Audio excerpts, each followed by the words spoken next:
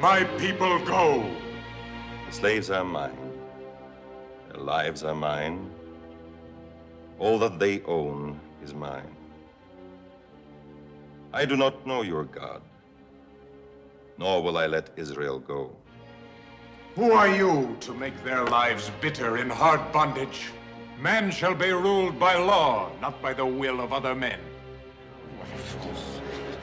Who is this God that I should let your people go? Aaron,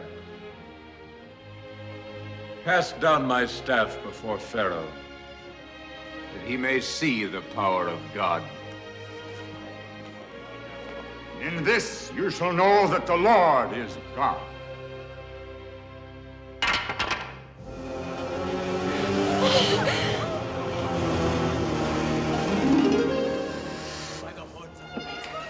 Mother! Mother! He turned his staff into a cobra. Nothing of his will harm you, my son.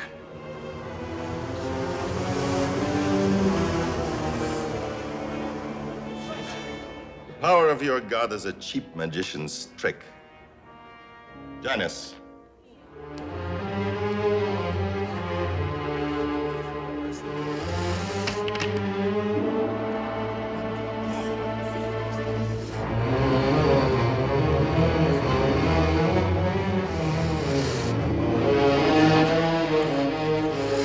Mother, look!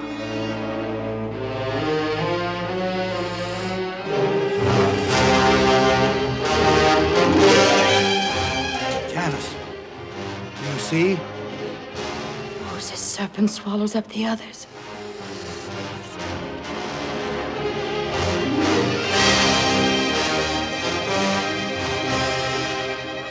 On December 6th, President Trump's words shook the world.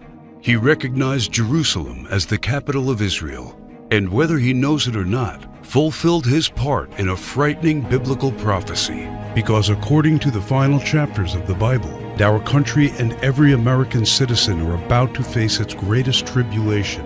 Only the church leaders know the true meaning of this biblical prophecy that is encrypted in the writings of 4 ancient prophets, inspired to send a warning across the centuries to all true Christians and patriots.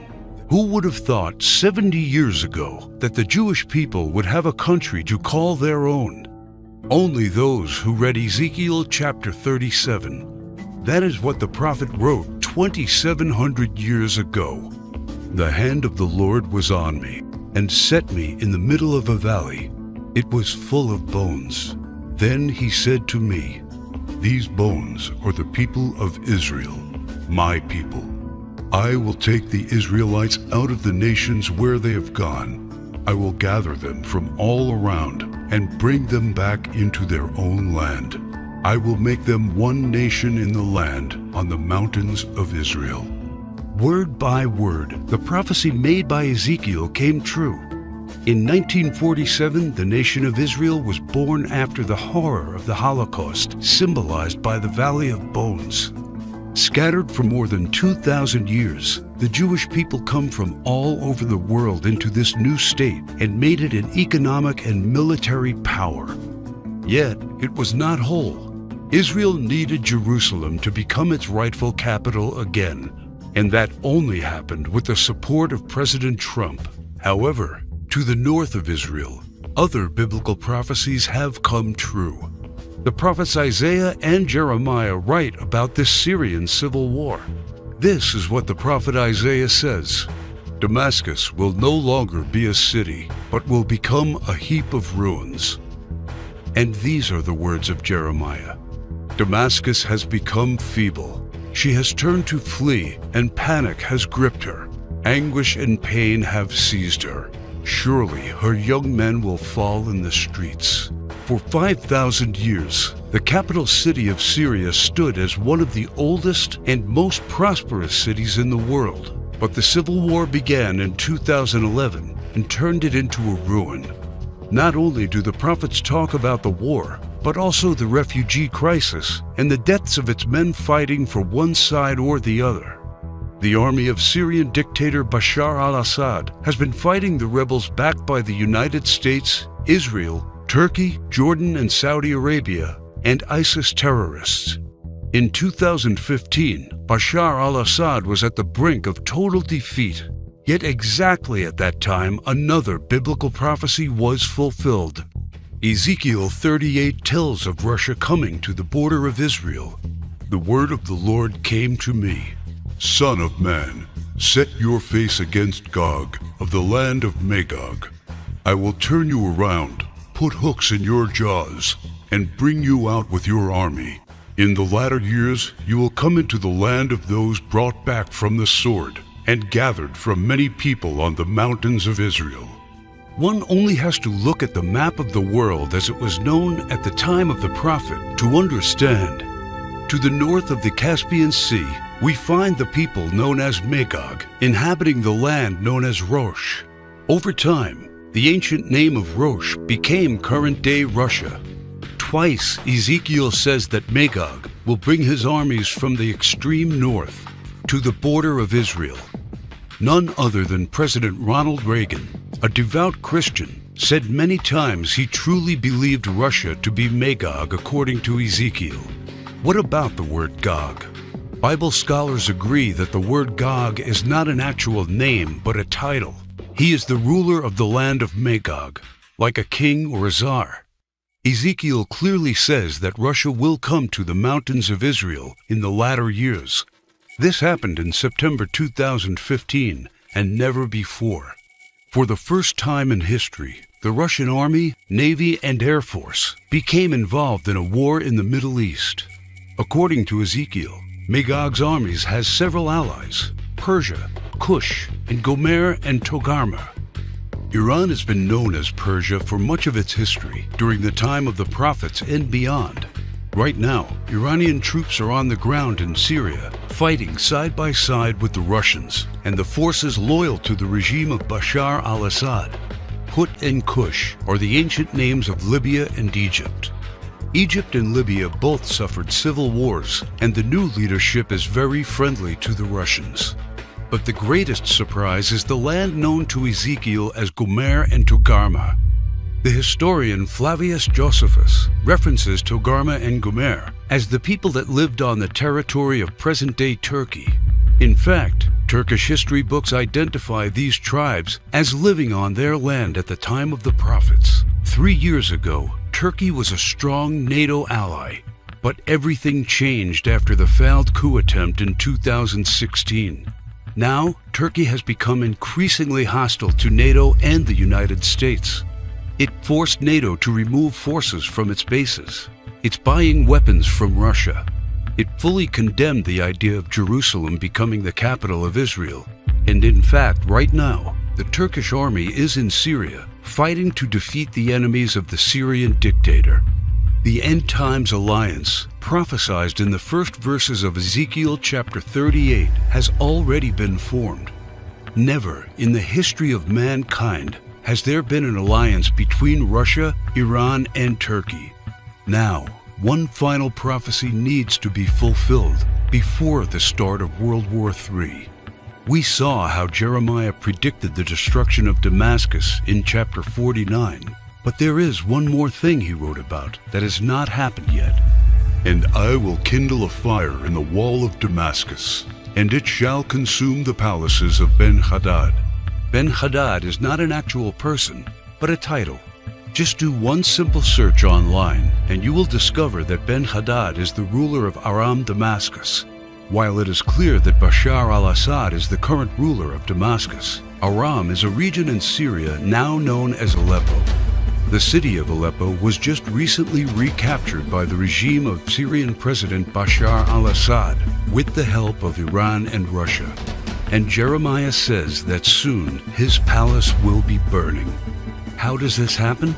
Look no further than the headlines of recent months, and you see time and time again Israel calling for the assassination of the Syrian dictator. Isaiah also writes about the end of Syria's dictator. The fortified city will disappear from Ephraim, and royal power from Damascus. This is the spark that ignites World War III. Ezekiel chapter 38 states that 2/3 of Israel will be destroyed in this coming war, and those left in the Holy Lands will face grief and pain and hardship. So what happens to the United States? Will we not help Israel at its darkest hour? To answer this question, we must first find the United States in biblical prophecy.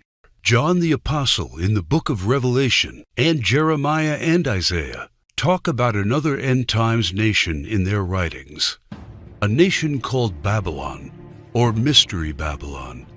The name is deeply symbolic. Ancient Babylon was a city made great by people who came from all parts of the ancient world, just like immigrants helped make the United States the world's only superpower. And because the prophets didn't know of the existence of the North American continent at the time of the visions, they called it Mystery Babylon. Some say biblical Babylon refers to ancient Iraq. But if that is true, why do the prophets see it as a nation surrounded by waters?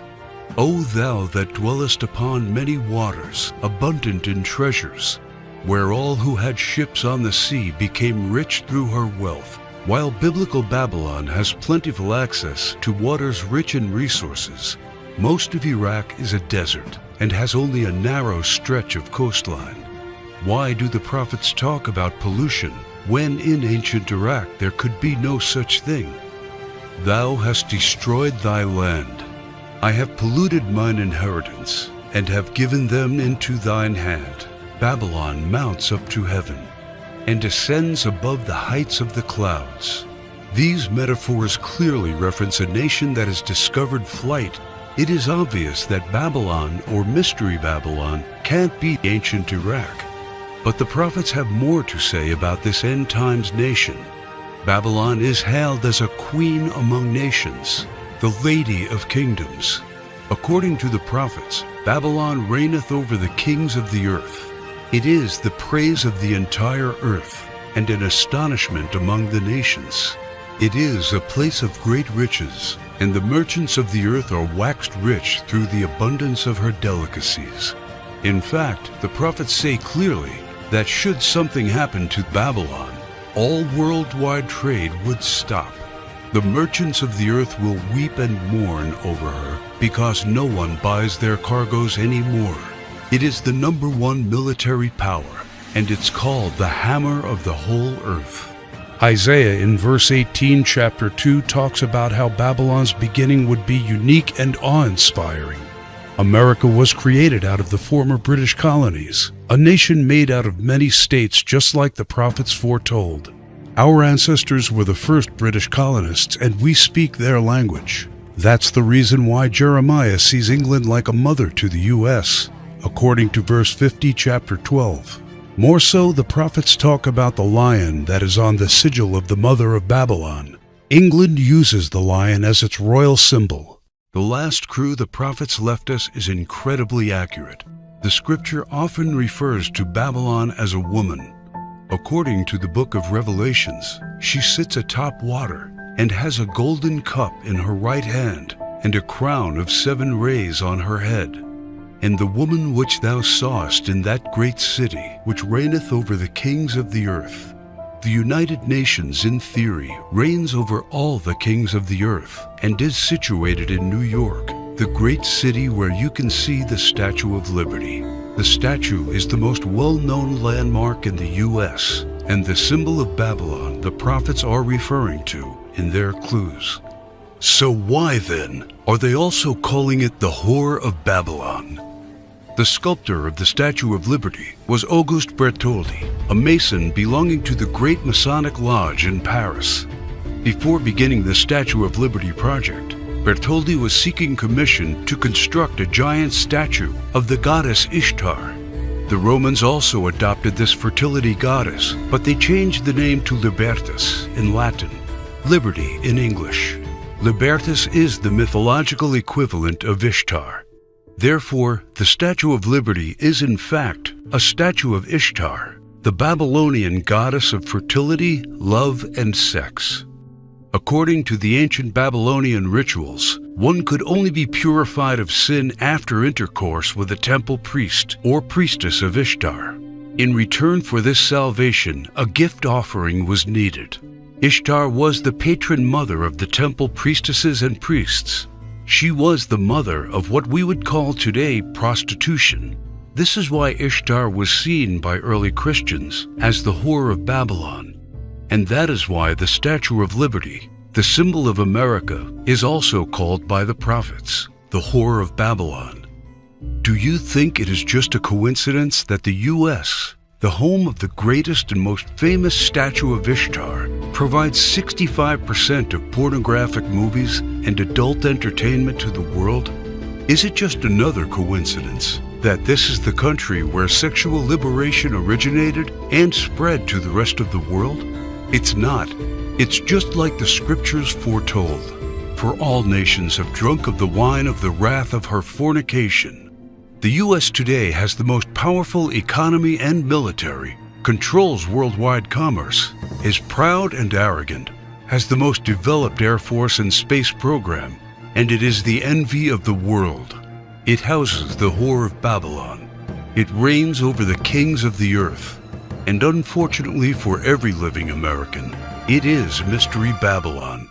This is what the prophets say about the great enemy of Babylon. For out of the north there cometh up a nation against her, which shall make her land desolate. They come from a far country, from the end of heaven, and the weapons of his indignation to destroy the whole land. Remember which country the prophet said was from the north? The same country that Ezekiel said will lead a great alliance of nations to the borders of Israel? If war happens, the United States must be the first target. That is why the prophets foretell that at the start of this war, Russia will unexpectedly use a very special weapon, the weapon of indignation, against the whole territory of the U.S., a weapon like which the world has never seen. The Holy Book shows how Babylon will feel the fury of this terrible weapon. This weapon will hit our entire country, and all our defenses will be in vain. Though Babylon should mount up to heaven, and though she should fortify the height of her strength, yet the spoilers come unto her. This weapon paralyzes our military and leaves it almost defenseless. How is the hammer of the whole earth cut asunder and broken? The mighty men of Babylon have forborne to fight. Their might hath failed. The broad walls of Babylon shall be utterly broken, and her high gates shall be burned with fire. She hath given her hand. Her foundations are fallen, her walls are thrown down, because the spoiler is come upon her, even upon Babylon. And her mighty men are taken, every one of their bows is broken. And after the attack, Babylon is left silent and in darkness. Sit thou silent, and get thee into darkness, for thou shalt no more be called the Lady of Kingdoms. All three prophets tell of the fall of Babylon, the destruction of the United States of America as we know it. This is not an event that happened to ancient Babylon in the past. History has never recorded the fall of a state or a city in the way described by the prophets. What weapon could silence an entire continent in 1 hour? The world has never seen one until a few years ago, with the creation of the electromagnetic pulse, or EMP. Over and over, think tanks like the EMP Commission, working for the Senate, have warned how this is the greatest and perhaps only real vulnerability of the United States. Yet no administration has done anything about it. We are completely unprepared for what's coming. Every report says the same thing. This event can wipe out 90% of Americans, and all it takes is just one warhead to be detonated above the United States to take us back to medieval times. The lasting effects will destroy society as we know it, exactly as the scriptures predicted. Therefore shall her plagues come in one day, death and mourning and famine. Without hospitals or pharmacies being able to function, people won't be able to take their necessary medication. Without running water, heat, and garbage disposal, diseases will break out. As cars and trucks stop running, market shelves will become empty. Desperate people will become looters, and there will be food riots. There will be no police, no law, no health care, no help. It will all descend into chaos and confusion, a complete collapse of everything we take for granted today. As the prophet Jeremiah says, "And it shall be, when thou hast made an end of reading this book, that thou shalt bind it to a stone, and cast it into the midst of Euphrates. And thou shalt say, Thus shall Babylon sink, and shall not rise from the evil that it will bring upon her. And this is the start of the time of tribulation and sorrows. For then shall be a great tribulation, such as was not since the beginning of the world to this time, no, nor ever shall be." And yet, the prophet shows that there is still hope. But the ones who endures to the end will be saved. The message couldn't be any clearer. The warnings are there so that only the ones who believe the words and warnings of our Lord and prepare will be saved.